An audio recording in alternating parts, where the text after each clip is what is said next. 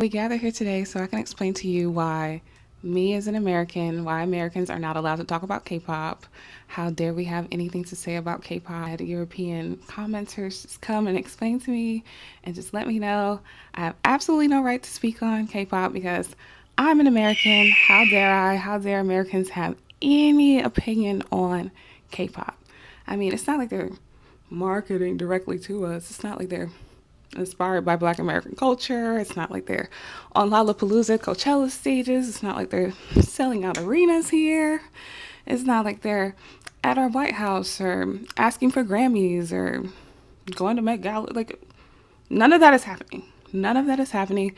How dare we, how dare us dumb Americans think about K-pop, consume K-pop, tell you the Black history that has created K-pop. How dare we?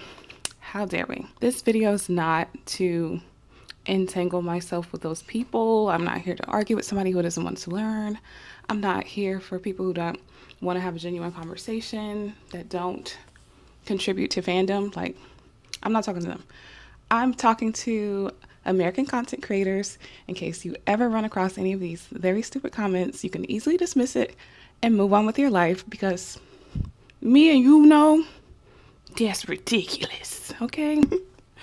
It's not like there are K-pop idols running around in cowboy hats or crip walking or grills or delta jackets or, it's like, what? What? An American would pay attention to K-pop? How dare us? An American would have an opinion about K-pop concerts or want more K-pop concerts here. Oh, y'all get concerts. Why are you shouldn't complain, you shouldn't have an opinion. Um, we can and we will complain because a closed mouth doesn't get fed. But I understand, when I'm thinking about these comments and I'm seeing people irrationally tweak out on me on these types of things, this is the image that I see. And I'm going to explain this more, especially whenever I read one of the comments and my replies to it. Okay, so in light of Hong Joon covering Beat It by the Michael Jackson, and he did an amazing job, by the way. I love my Captain Down. That's my Scorpio twin. Just a friendly reminder, K-pop would not exist without Black people and Black culture. That's really for every music genre as a whole if we want to get technical, but we're going to talk about K-pop today because a lot of K-pop stans like to act very dense and like to act like it's not right in front of your face, like the proof isn't in the pudding and the writing isn't right there on the wall. K-pop as we know it, the whole company layout, the trainee aspect, even down to the photo cards that we get when we purchase these albums, was inspired by what? Who? Motown. A very Black label started by a Black man for Black artists. These same Black artists that inspire all of your faves to this day. And your favorite K-pop song would not exist without these same Black artists, Black producers, Black songwriters, Black creatives, and so on and so forth. And not to take away the Korean cultural aspect of K-pop because duh is based in Korea, so it's there.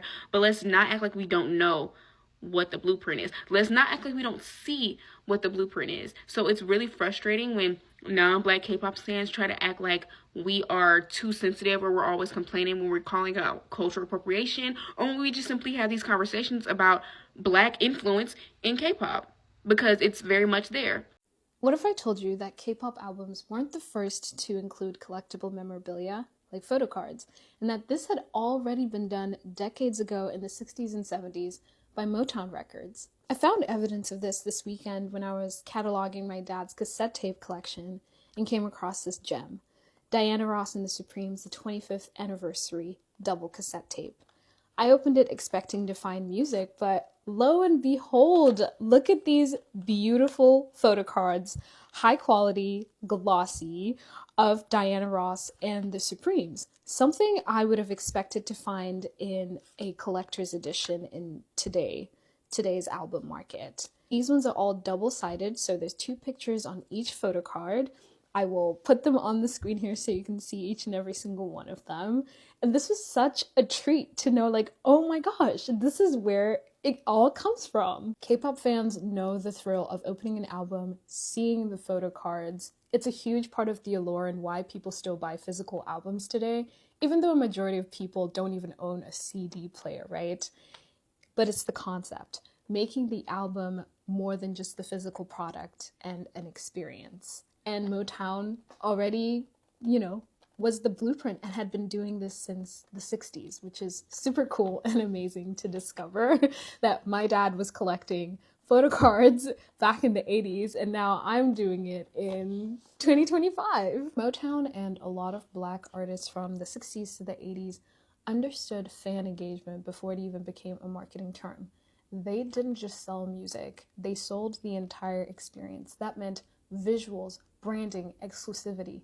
Things that K-pop does so well today, Motown pioneered in the 60s.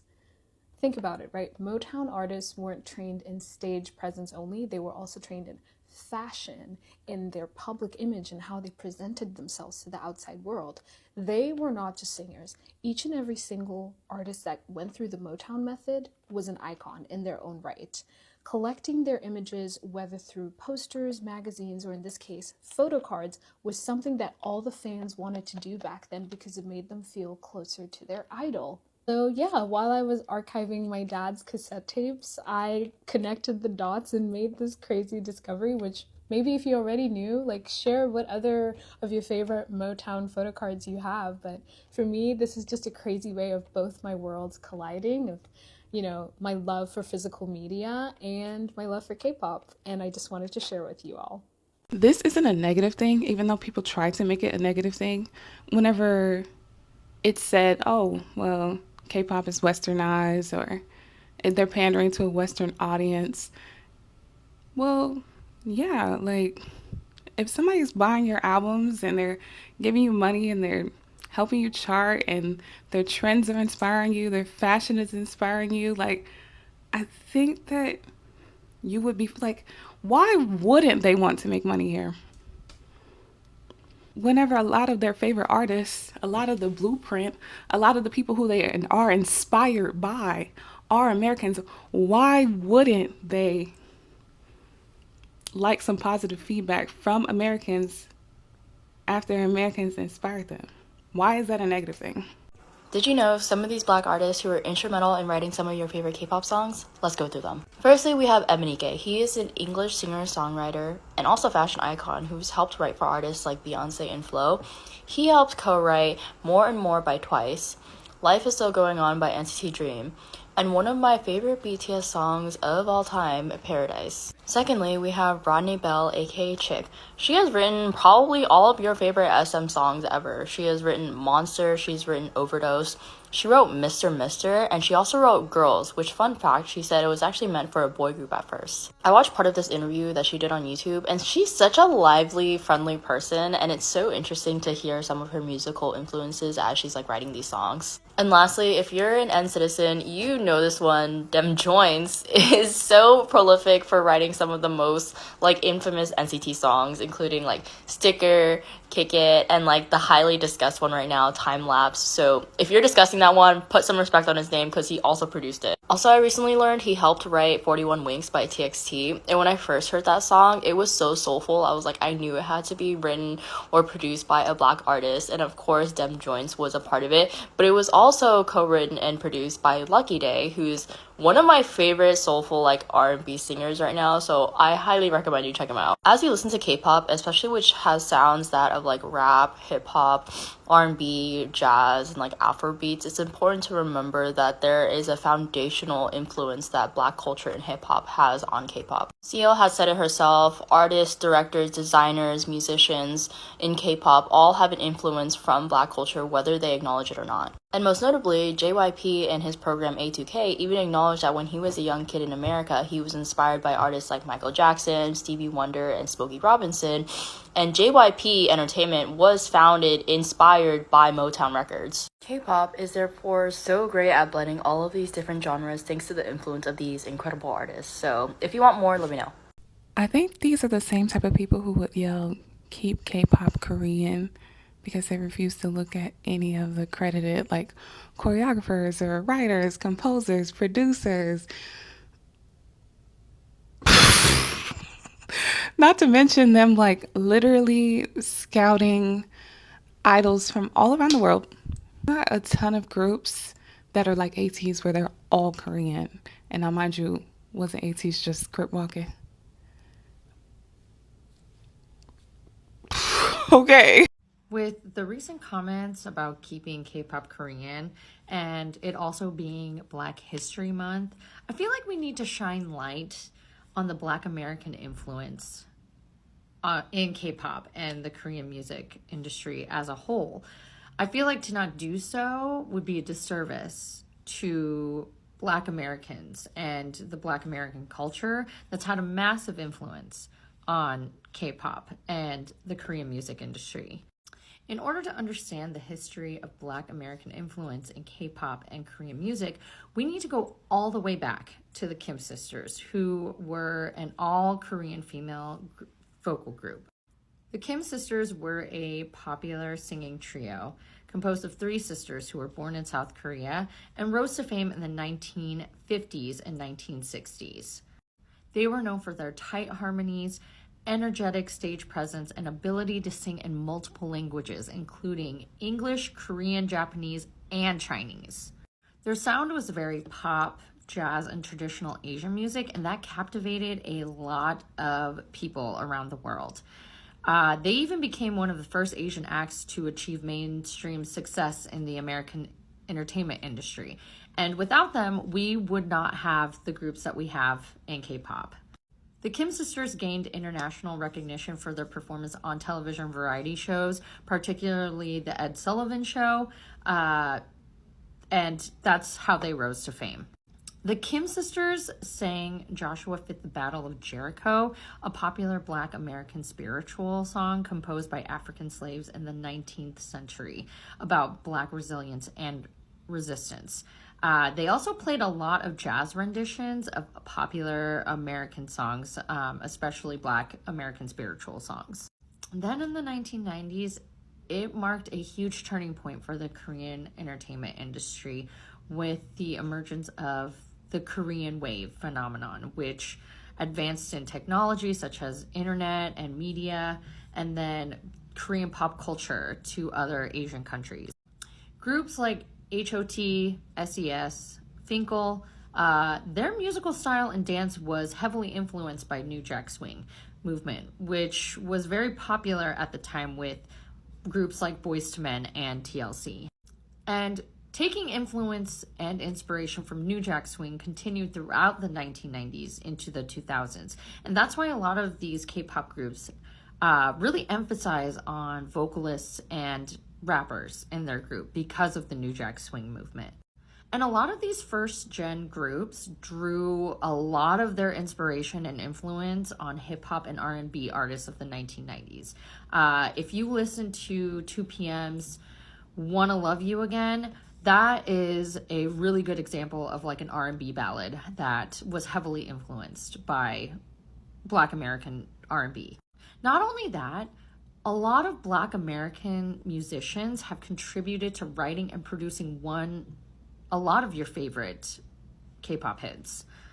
And although K-pop influence is primarily Black American music, they don't hide their connection, whereas many white artists take credit for their style, their songs, and their music. So it's no surprise that a lot of these K-pop companies would recruit and hire Black producers and songwriters. So let's take a look at the many Black musicians, producers, and writers who have wrote a lot of your favorite K-pop hits. Teddy Riley is widely regarded as the originator and pioneer of the New Jack Swing genre. And he has collabed with a lot of people such as Michael Jackson, Bobby Brown, to name a few. In 2009, he has written and produced songs for a lot of SM artists, including EXO, What Is Love, Girls' Generation, The Boys, Shiny, Beautiful, Shine, and Dangerous, and FX All Night. He also started a K-pop group, Rainier, which actually now turned into Black Swan, and his expansion into Asia, which didn't go so well, but that's a different story for a different day. Next, we have Bianca Atterbury, aka Blush. She is a songwriter and producer who has written songs for people like Mary J. Blige and Demi Lovato. She has also written a lot of songs for NCT 127, EXO, and Blackpink. Taylor Parks, I don't know if I said her name right. I am so sorry. I apologize. She is credited for a lot of songs from artists ranging from Khalid, Normani, Ariana Grande, and Panic at the Disco. She has wrote songs for Got the Beat, Twice, Red Velvet, and helped with Mic Drop. That was sung by BTS and mixed by Steve Aoki. This is Harvey Mason Jr. He is an accomplished songwriter and producer who I believe is also the CEO or president of the Grammys. He has also collabed with a lot of K-pop artists. He has co-wrote and produced songs for EXO, Girls' Generation, BoA, among many others. This is Cha Cha Malone. He is a Korean-American rapper, singer, and producer who has worked for a very long time and very extensively in the K-pop music industry. He has produced music for artists under JYP specifically and for J Park. If you haven't heard his songs, he usually puts like Cha Cha Malone beat on there, but he's also made music for GOT7 and Twice. While these are just a few examples, collaborations between Black producers and songwriters with K-pop artists continue to grow, reflecting the increasing global and diverse nature of the K-pop industry. From Michael Jackson covers to coming to dance studios here to train, to Psy linking up with Megan Thee Stallion for a show. Like, oh, but Americans are not supposed to have any opinions on K-pop. All the Western artist collabs. Y'all let me know in the comments, because obviously I'm missing something, because Americans are not supposed to have an opinion on K-pop, even though it's being promoted to us. Okay. I actually really hate this, because it's like those comments being mad at me for being American and liking K-pop is blowing me. It's like, not y'all trying to force me into being patriotic. I hate this because now I have to talk about visas. Now I have to talk about history. Now I have to take it all the way there. But again, I don't want to talk to anti-intellectuals. I don't want to talk to them. It's fine. If they're nice, if they're reasonable, I might deal with them in the comments. But for the most part, I'm just trying to help Americans, especially Black American creators. If you're dealing with these type of weird comments, this will be a guidebook to help you kind of articulate yourself, or you can just drop the link, or just block them. Block them. They're just mad at you for existing, mad at you for advocating for yourself as a fan, mad at you for contributing to fandom, because fandom itself is give and take, right? This person was like, oh yeah, you shouldn't have an opinion. Y'all get y'all concerts, even though most of the time people act like the US is only California and New York, which is so inaccurate. And whenever I was saying like, hey, the US is like bigger than that, and look at how large it is. And I want to be clear. This is how much you pay for a US visa, right? And whenever you go and purchase that US visa, you can like do these different stops all around the country. It'll present you access all around this country, right? And this is a very vast, very big country. But when you go to Europe, you need to purchase and like get a visa for like each and every one of those countries. I was looking, Germany was like €75 per person. I'm like, okay. And then I looked at Norway, and it was like $560 per artist, $600 per artist. So I understand why they're not stopping everywhere there. Doing things like purchasing albums, membership kits, creating content, doing cup sleeves, like viral tweets. We saw things like the lookalike contest, like show that there is that demand there. Show that fandom is active. It's craving the idols. Like, we speak with our actions. Like, let's get out there and do a flash mob. Again, I said like host a cup sleeve, have events at local K-pop stores. Those types of things let a K-pop group know, we want you. We appreciate you. We're listening. We're tapped in. Come over here. I'm going to put a video in here about Black American composers and Black American contributions to K-pop. Does the K-pop industry owe Black American culture anything? The article pictured and this video series explore how essential Black American culture was to K-pop's origin, how essential it continues to be in K-pop's success, and if the K-pop industry has any responsibility to Black American creatives and cultural participants as stakeholders in K-pop. To have that conversation, there has to be at least a simple understanding of K-pop's origin story, and it starts with this man, Lee Soo-man. As the founder of K-pop's first major label and the mind behind world-famous groups such as FX, Girls' Generation, NCT, and aespa, Lee Soo-man's legacy is already essential in discussing K-pop. But there's something else even more important to who Lee Soo-man is on a global pop culture scale, and it's the development of what he calls culture technology, or cultural technology. Before Lee Soo-man was a mogul, he was the manager of K-pop's first breakout act, who we'll touch on soon. But before that, he was an artist with an engineering background, a Korean international student who came to America to study engineering at California State University, Northridge. During his time in the States as a college student, Lee Soo-man was enraptured with MTV, specifically Michael Jackson. Artistically, Lee Soo-man, like billions of others in the 1980s, was in awe of how polished, powerful, and popular Michael Jackson was. But as an engineer, he was equally fascinated with the process of creating something as good as Michael Jackson. So his new ambition after being a college student in the USA was to create a process for Korean society to produce cultural product as good as Michael Jackson without losing the knowledge of how to over generations. Lee Soo-man has since created and codified that process and called it cultural technology. And now some version of it is the framework for all K-pop labels' recruitment, training, and marketing of their K-pop groups, not just the ones that are part of SM Entertainment, which is the label that Lee Soo-man founded. It's widely believed among K-pop fans that Seo Taiji and Boys is the pioneering K-pop act, but despite being the first successful K-pop group, there was a solo act prior to them that served as the big bang for K-pop and how we understand it today. And that person's name is Hyun Jin-young, the first artist that Lee Soo-man developed. Part 2 of this video series will get into Hyun Jin-young's history and how he ensured that Black American culture broadly remained foundational to K-pop for as long as it existed. Picking up where we left off, exploring Black American culture's essential role in K-pop, we'll be discussing Hyun Jin-young, K-pop's first star, Lee Soo-man's first artist, and the first person to embody the foundation of K-pop both as a craft and as a product.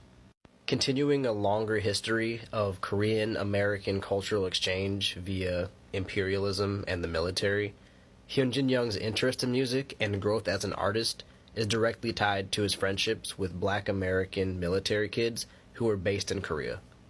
Pictured below, screenshot taken from the article this video series is based on, is Hyun Jin-young with one of his best friends at a bowling alley in 1990.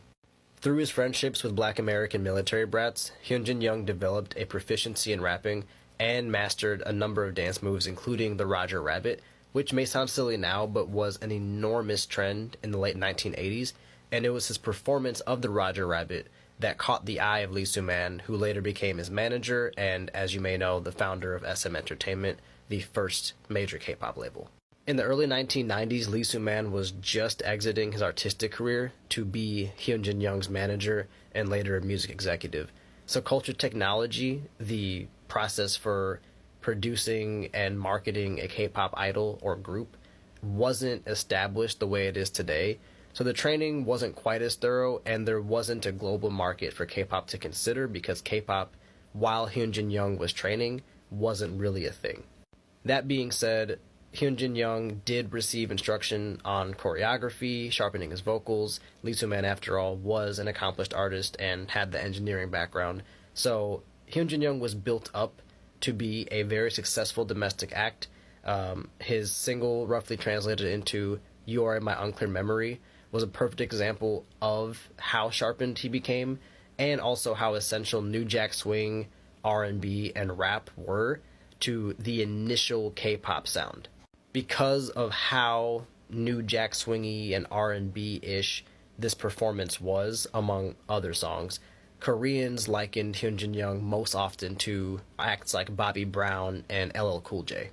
The next huge K-pop act, which was way bigger commercially than Hyun Jin-young, would be Seo Taiji and Boys, and they're rightfully credited with expanding the sound of K-pop into the kind of Western pop collage that it is today.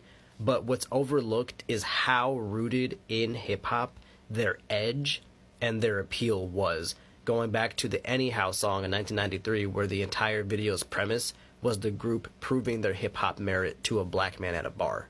Part 3 will wrap up Hyun Jin-young's history and introduce the final step in Lee Soo-man's culture technology, which is glocalization. What the hell does that mean? Also, I want to make it very clear, we don't have to justify the validity of us as fans to fans from another country. Like, that's ridiculous, you know? I don't need to explain that we should be treated well and we should get a reasonable amount of stops and decent venues, because there are so many venues here. There are so many venues of varying size already available. I mean, especially here, a sports fan and a K-pop stan, you know, same person, different font. So we already have so many venues, so much infrastructure set up for like fandom experiences. I already have like such a rowdy, passionate, vivacious fandom here, right, that is craving K-pop. Even people that will go to a group's concert, not because they're like super into that group, but because they want to engage with and continue to see K-pop flourish over here. I deleted the really inflammatory comments, right? Because what's the point? I'm not going to argue with people that are just going to start going for my looks or my intelligence or anything like that. That just want to be disrespectful and act remedial, right? Don't care about that. But I feel like this one person, they were trying to somewhat have a conversation and just be like, oh, I don't get to have any type of fandom experiences. We don't have any K-pop stores here. We're not getting any concerts. Like, at least y'all get concerts. And I was like, well, have you like been sending emails? Are you buying fan kits? I mean, you can open up your own K-pop store. If there's no K-pop store, then they only gonna come to you. I'm a solution-oriented person, and maybe that doesn't resonate with other people. It's like, I'm not really like a sit there and feel powerless type person, you know? I'm like, what can I do? We could be spamming this comment section. We can come up with a template and then send it out to everybody, and we could all be emailing. We could put up billboards. We could pool our money together and open up the K-pop store together. Or, you know, can we do some sort of group order manager situation? Because mind you, a lot of people do order via U.S. proxies. I know a few of them who are U.S. proxies or group order managers. So I'm like, if you wanted to, you would also. But yeah, U.S. audiences can and will complain. We are used to advocating for ourselves. We're used to getting active whenever we're passionate about something. That just is what it is. If that's a non-negotiable for you, cool. But no, am I going to be silenced for saying like 4 or 5 stops in the U.S. is not really enough, and there's so many places that are not being covered, and we could break up the map into regions. And also, let's look at the map, like comparing and kind of showing the U.S. versus Europe. Love to be like, oh, but Americans aren't well traveled. They can't point out where Switzerland is on a map. Brit in America here, and I now know why Americans aren't well travelled. Trust me, they are well travelled, but there's a reason why. I've spent many months in America, like actively trying to get to as many states as possible in America, and I haven't even scratched the surface. Americans don't need to venture outside America because America is that big. Americans go on vacation in America. I'm in the UK back home. It can take me 45 minutes to get to France, Germany, right? Amsterdam. These are whole different countries across water. 45 minutes. I just don't think Europeans are clued up on how big America really is. Like, Americans don't need to venture out. You'll be surprised that a lot of Americans will not have passports. They don't need them. Every single state in America is like its own country. Literally like its own country. Isn't like the UK where things are similar. In America, you go to a different state, it's like a whole different world. So now I get it why Americans aren't well travelled. Americans are well travelled, just in their own country. Their country is massive, mate. I don't think people really understand the scale and the size of America. It is insane. Then also, again, factor in they would have to get a visa for each one of those places, and all the rules and like fees and different things, it's going to be different. So maybe they could organize, they won't, but you could organize and kind of be like, hey, we strategically choose this hub and we're going to like really get this place hyped and get this place put on the map. And then after we successfully prove to them that they should come here, then we're all right, we want to focus on this place. Let's get this place hyped. Let's get some sales in. Let's throw some events. Like let's have some flash mobs. Like let's make things happen and build it up. But it's easier to whine and complain. It's easier to beef with Americans than to like literally go and contact the company that you're having issues. You're not having issues with us. Like, it's kind of weird. I think a lot of people, especially in these fandom spaces, are like very competitive and comparative, right? And they think they see you with rice on your plate and they think that you took it off their plate, but really the rice is in the crock pot. Just get your own rice. Okay, I'm not taking anything away from you. That's very strange, like very like defeated, very negative, self-deprecating, woe is me. It's like, whoa. There's a piece of the pie for all of us. Listen, as long as it's financially advantageous, they will come to see you too. They are coming here for money. Yeah, they coming here because, it's beautiful and they want to see their fans, but also money. There's a lot of money made around concerts, a lot of money made around touring. Album sales go up because everybody's excited that you're coming. They are very quick to turn on dynamic pricing and punish us for being American fans. Hello, wake it up. A lot of American fans go to multiple stops on a tour. Money. Peddling mediocre merch to us. Money. Are you understanding why it's happening? Is it because of money? And also because they admire, the artists from here. They understand that they want to make it big, not only just in the US, but they try in Thailand, they try in Japan. Like, who doesn't want to be global, especially after seeing people success stories like BTS or Psy or whatnot? Why wouldn't they want to be successful in other places? We're buying the albums, we're buying the records, we're buying the photo cards. Like, K-pop albums, for so long, they were not like sold outside of K-pop stores, but now we are buying them so much and we've advocated so much, which also, obviously shout out to BTS Army for fighting and pushing for opportunities and advocating for BTS. But K-pop albums used to just be sold at K-pop stores only, but now your Barnes and Nobles, Walmart, your local Target, like everywhere, Amazon, drop them off right to your door, etc. So it's like there's so many places and opportunities to acquire K-pop albums now because of ourselves, because of our constant contributions. Hello 82 is here, peddling 1,000 pre-order benefits because we've been buying. There's starting to be more fan events. There's starting to be, like fan call raffles or fan sign raffles because we're showing up when we're showing out and we asked for it and we advocated for it and we showed that there was a demand there. I was just watching all of these idols kind of react to Kendrick Lamar's Super Bowl at the same time that I was like getting this hate for being American, and it was just tickling me down. Like, I think about so many like trends that are American that popped off there, or our songs, or like copy and Tinashe, word for word, bar for bar. Welcome back to K-Pop Stans Get a Grip, where I, K-Pop Stan over a decade, help other K-Pop stans get a grip on reality. Today we're tackling the zit that keeps on popping up. It is the influence that the West has, more specifically Black culture, on K-pop and its sounds. Let's say you get into a tussle with one of these East Asian fetishizers, because we both know they wouldn't like to be born Filipino. They are denying that the West has had influence on K-pop. Black people haven't had influence on K-pop. You just tell them about the Tinashe Daya debacle. the players in this war. Tinashe, mixed-race pop icon, regularly credits Janet Jackson for influence. She released this music video for her song Super Love back in 2016.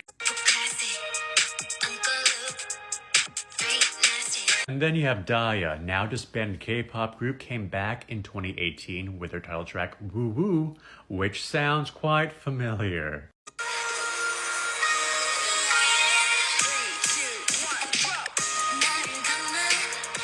Daya's producers and creative team not only took Tinashe's sound, but also the entire beach concept down to the colors. Tinashe herself has acknowledged this and said that nobody reached out to her about this. The writing is on the wall, people. Like, there's so many like examples that come to my mind. See on the For You page though. For You. Oh, wow. Wowzers. There's nothing wrong with a Black American or American feeling they're like comfortable and enjoying and indulging in K-pop. Not only because it's being like advertised to us, but also there's a familiar syntax there. You know, listen. K-pop is good. First of all, I'm all for the culture technology. Also, I'm not talking about NCT itself. I'm talking about SM and I know the problematic child, but we're talking about like the inception and the forethought, the influence of like trendy songs, just of one popping song drop, and then we start to see that shift, that change. Like, I don't know, was it Drill that was kind of popping for a little while, and then we got past the mic, and I was like, it took me a second to get into that song. But I'm just using that as an example that they're trying to shift and change and twist and turn. Also, like, there's like, it's almost like an echo or like a feedback loop on what's going on here, and it's hitting there and then it's bouncing off and coming back over here. But yeah, fandom is give and take, you know. It doesn't have to be. There's a lot of people who are very passive in fandom, but I'm talking about like people who want to be actively engaged, people who want to make content, they want to spark conversations, they want to build community. There's nothing wrong with that. I think a lot of people who have like very negative, very visceral reactions to it, I don't know if it's like projecting because they're not willing to put themselves out there, or, you know, just like this incessant need to destroy any type of like intellectual conversation, or like mold everybody into being the exact same person or whatever. It's very strange behavior. But yeah, remember, as an American, you are not allowed to have an opinion on K-pop. How dare you? How dare you? Mind you, I'm not forcing anybody to watch my videos against their will. It's okay. Like, if you don't think that my opinion is valid because I existed in America, like I would happen to be born in America and I love music from across the world. It's not even just K-pop, even though I must ignore and I act like I don't blatantly see how R&B, jazz, hip hop, rap, whatever from here has inspired that.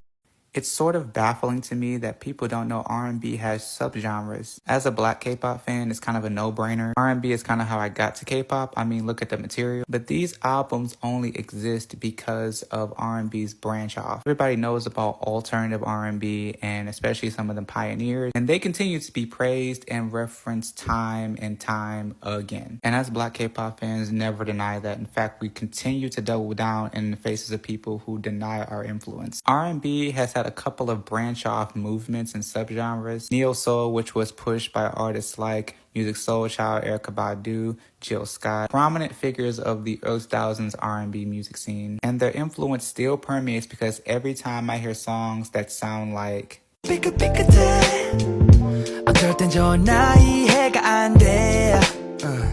it immediately takes me back to listening to songs like Girl, lately I've been thinking about the times that I shared with you. But there was another movement in R&B that pushed futurism and a lot of the electronic sounds in the music. Basically some of that genre bending in R&B music, which explains these albums. And these are only some of the albums, for example, that were influenced, but in order to get to this, you had to have these specific albums which continue to influence the scene. These are the precursor albums that would invoke alternative R&B. Hence why when I'm listening to 28 Reasons by Seulgi, while I'm listening to this,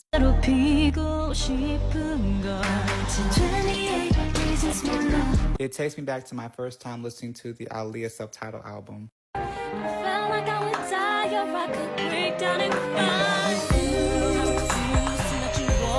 So for the non-K-pop fans who say you don't know your root, that's always null and void. Most of us listening know the influences. And a lot of the material coming out of South Korea, for example, from SM Entertainment, has been made by some of our favorite crucial producers of the last couple of decades. Teddy Riley, Rodney Jerkins, Dim Joints. I remember Jimmy Jam and Terry Lewis, as well as Similan, working on J-pop queen Utada Hakuru's album. We also know our culture has been influencing J-pop as well. So those of us who look beyond our borders to look into music, we don't forget where we came from just because we're listening to other music that's not in our language. Quite a lot of us are keenly aware of the influences. And I can't comment on that. I can't say that I like this music or I like this artist or I have this critique of K-pop or I'm seeing these issues or saying that, you know, cultural appropriation can kind of alienate people. That is kind of frustrating not being able to get tickets sometimes because there is this high demand. There is this very high demand here.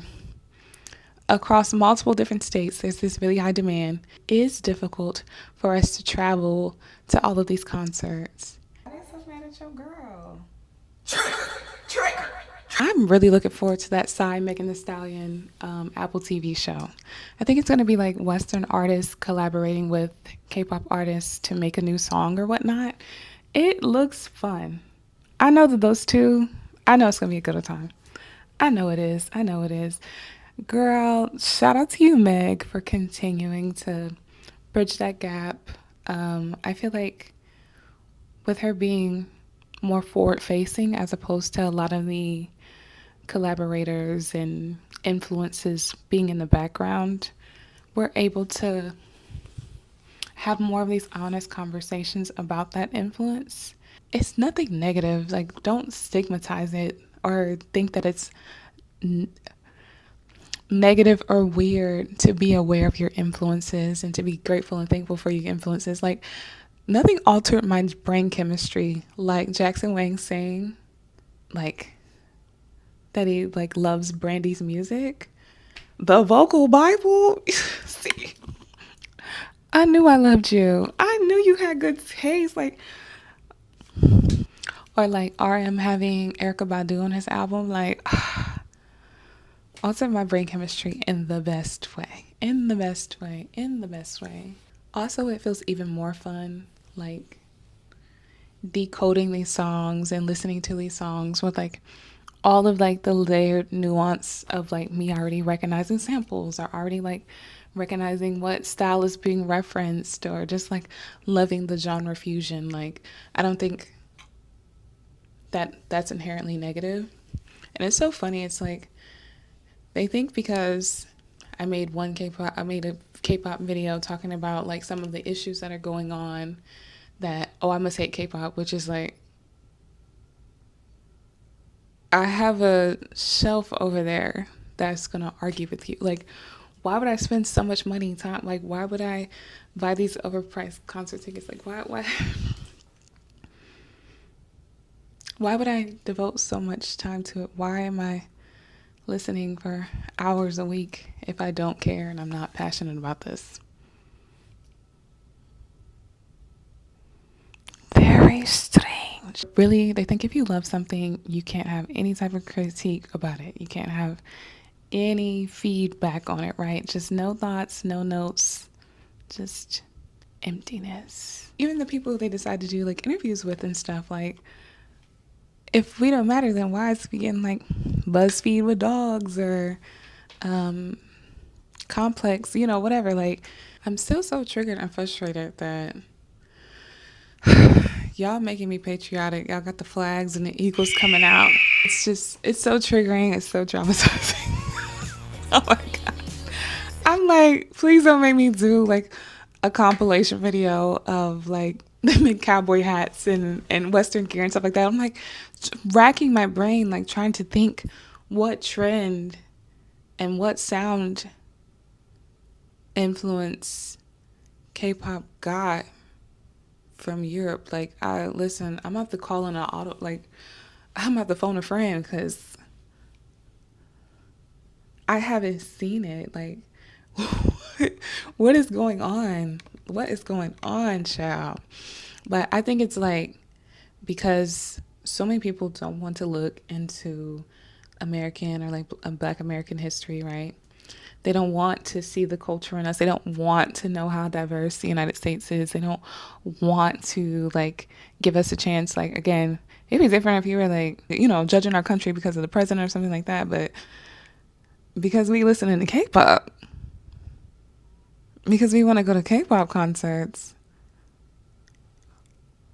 Wild, insanery. Share your thoughts in the comments. Like, let's talk, let's engage. Follow me if you would like or don't. I don't care. I'm going to keep posting, keep talking about K-pop, keep talking about music, talking about cosplay, talk about whatever I feel like that day. Okay? You don't like the topic? Feel free to not click on the video. This is not happening to you against your will. So yeah, thank you to everybody from my Instagram who I've kind of talked about, because after I started seeing those weird comments coming in, of course I'm gonna delete them because you're corny. But also I'm gonna go to my Instagram and be like, girl, they were acting weird. Can you believe this? I for sure know there's some people with some common sense over there. I'm still very new to this page. I just started posting here. I'm trying to fill people out. I'm trying to find people who want to like have conversations about K-pop. Like, let's have open conversations about K-pop. Let's share our knowledge, share our point of view, share our historical references, share our like cultural point of view, right? We're all going to see things and interpret things differently, but also it's hard for me to take certain interpretations seriously whenever they don't account for like how like political, financial, historical, like there's so many different factors and like nuances to things. And just to be dismissive and be like, you're from America, you don't talk about that. It's like, okay, all right, well, nowhere to go with this. Like, I'm out. Like, what? How do I even talk to someone who's already out the gate being ridiculous? Like, absolutely not. You go be bitter somewhere else. Go on over there. Go on over there. Go on over there. Go on. I came over here to vibe, be kikiing, we having fun. We're doing real talks. It's not even on some judgment. Oh, I hate K-pop. I'm about to get off of here and go listen to some more K-pop. Like, what? Can we be for real? Thank you so much for watching. Thank you so much for people who were like commenting, giving feedback. People dragging me for being American wasn't even the worst part, though. I saved the worst part for last. Listen. Someone came in my comment section in defense of Teo and was like, well, you're upset with him for R-ing a woman and you're judging men because he R-ed a woman, but you're not talking about teachers who are kids. And I'm like, bitch, what the fuck? What does that have to do with K-pop? An hour and a half K-pop video and you was like, why are you not talking about teachers aren't kids? Excuse me?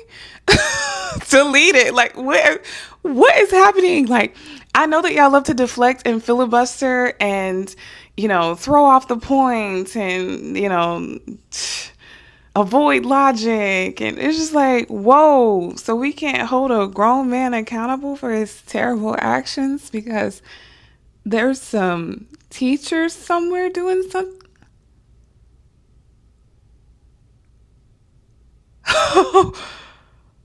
Y'all are weird. Okay, bye.